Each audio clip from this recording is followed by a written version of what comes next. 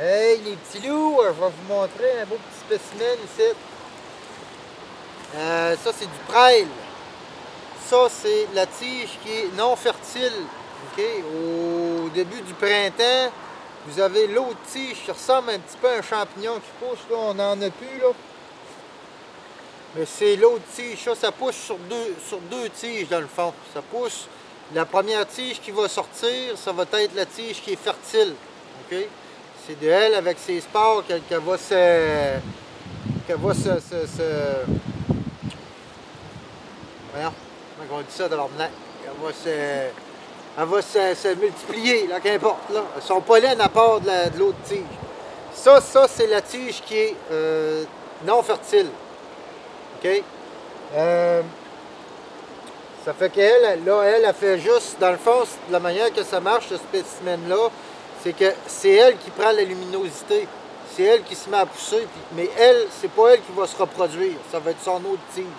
Fait qu'elle, elle a déjà fait sa job. Fait que l'autre tige, elle meurt. Elle nourrit ses racines.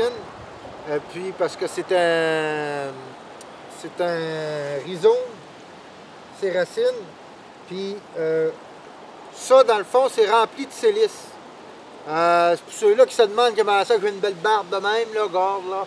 Tu peux t'en faire de la belle petite huile. Ajoute ça dans ton huile à barbe.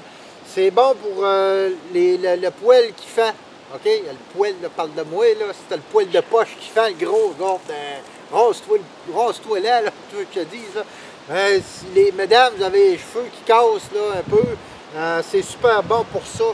Il y a des cures à faire de ça. Le best, c'est dans... Nous autres, on va commencer à en récolter, puis on va en boire, on va faire chasser ça. On va en boire, ça va être une semaine par mois. Donc on va s'en récolter, on va le faire chasser.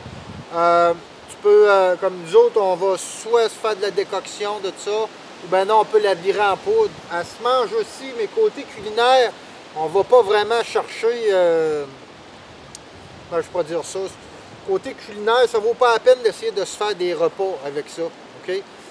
Pour savoir si c'est une prêle des champs ou une prêle des marais, parce que la prêle des marais, elle, est toxique. OK? On va m'approcher, là. Là, il y a mon petit renard qui va me zoomer un peu, là. C'est le top. C'est une nouvelle caméra, là. OK? Bon, si tu veux savoir si c'est une prêle des champs, OK, ça, là, ça se défait tout en morceaux.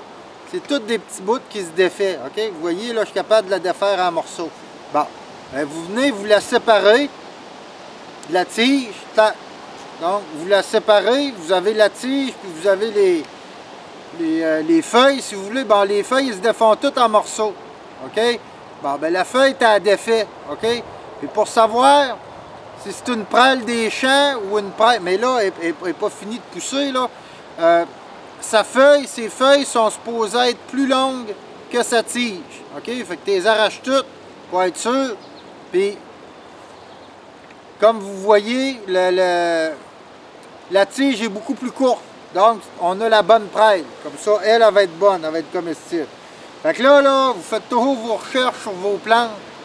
Puis, vous fiez pas l'urberlu que je suis, là, le barbu là, que vous voyez à la forêt, là, fie-toi pas là-dessus, là.